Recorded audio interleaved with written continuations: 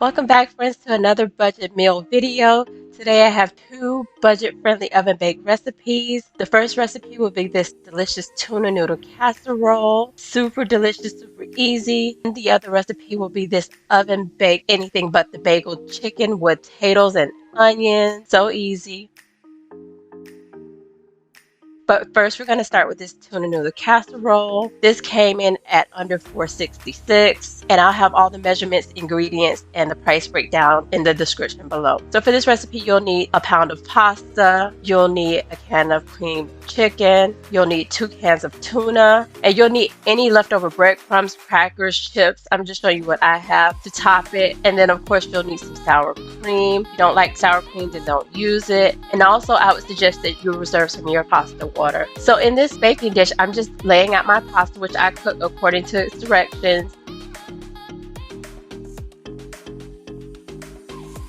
And there I'm just adding some cream of chicken. So to the cream of chicken, I added some pasta water.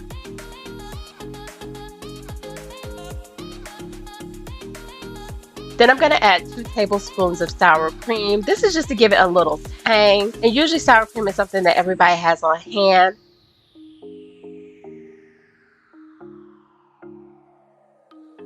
There I'm adding some garlic powder, some onion powder, of course.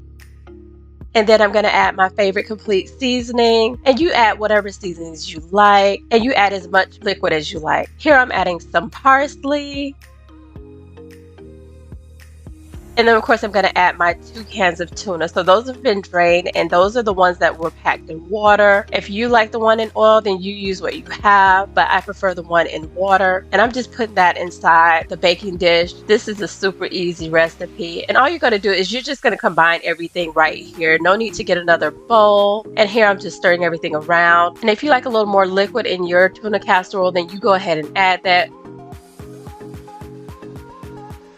And then I'm going to add just a little more sour cream because I felt like it needed a little more. And I'm just mixing everything around.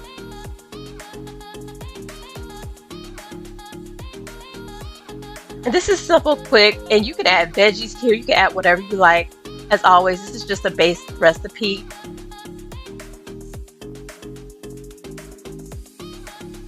And there I'm just adding a little liquid because I don't want it to dry out. Like I said, if you needed more pasta water, you could add that, but I ran out, so that's what I had. So there I had some extra cheese in the refrigerator. Now that's optional. And of course I had some breadcrumbs from the last recipe I did with you guys, so I just added that there.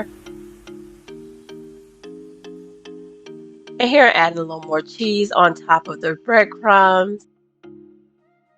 And of course some parsley for presentation. And it's just that simple. This recipe comes together super quick, and I'm just showing you what it looks like. I went ahead and placed that in the oven for about 20 minutes on 400 degrees. And this is what it came out looking like. Look how delicious. And oh my gosh, this was so hearty and so delicious and so creamy.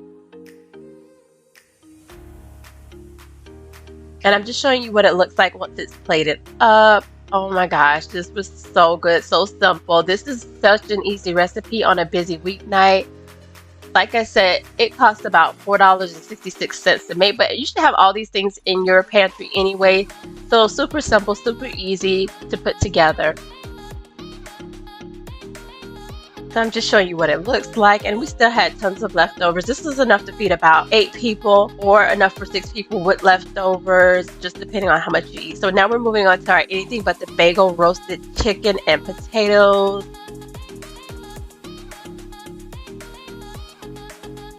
So here I'm just showing you the potatoes that I use, and this is about 1/3 of a bag of potatoes that Walmart sells. I usually get the russet potatoes, but they sent me the yellow potatoes, so that's fine. So I'm just dicing them up, and I kept the skin on, so I scrubbed the potatoes really, really well because I was going to keep the skin on. And here I'm just showing you what the potatoes look like. You don't want them too small because they're going to sit and cook in the oven with the chicken. And I always like to put my potatoes in water just to remove some of the starch and while I'm preparing everything else. And there I had like 1/4 of an onion, and I'm just going to cut that up. And you use as much onion as you like, and I'm going to cut this into large chunks. not too small because we want everything to still be as firm as possible but still cooked. And I was just showing you my chicken, which was about $2.04. I got it at Target in one of my other hauls. And of course, that chicken is still pretty expensive to me because chicken thighs are really cheap. You can get them for 59 cents or even cheaper. So there I just sprayed my baking pan with some nonstick spray. And I'm just organizing the chicken. And here I'm just putting in my potatoes. And that's okay if some of the liquid from the potatoes gets in the pan because it's all going to cook together. I'm just going to spread everything out so that everything has a chance to cook evenly. And this is super simple. And there I'm adding my onions. You can add as much or as little onions as you like. And here I have about 4 tablespoons of butter, and I'm adding some olive oil to that just to stretch out the butter. You can add whatever oil you like. And you don't have to add the butter, but I just find that it gives a really delicious taste. So I'm just pouring that on everything, and it's going to also help the seasonings to stick. So there I'm going to add some garlic powder and some complete seasoning. I think every recipe will always have complete seasoning in it. And there I'm adding some onion powder. And like I always say, you add what you like. And then I'm going to add some fresh ground pepper just to give it some color and delicious flavor. We like a lot of spice here. So of course I'm going to add some cayenne pepper. I'm just going to sprinkle that on, and it also gives it a beautiful, beautiful color.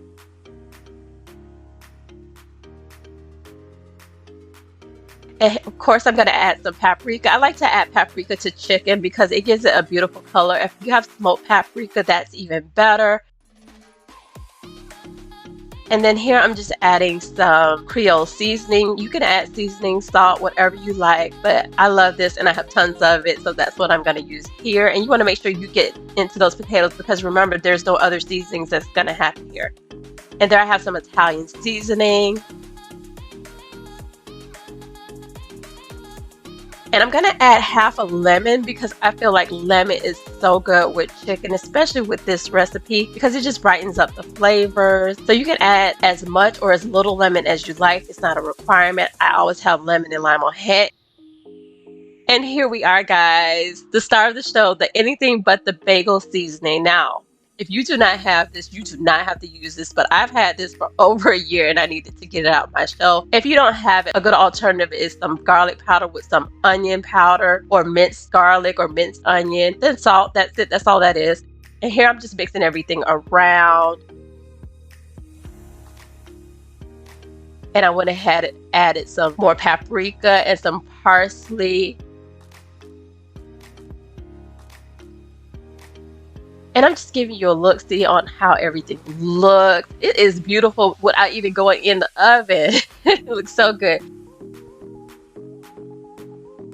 So I'm going to cover this. No need to really sit there and let this marinate because it's going to be covered under the oven. I'm going to put it under the oven for about 45 minutes at 400 degrees. Then I'm going to pull it out and flip it.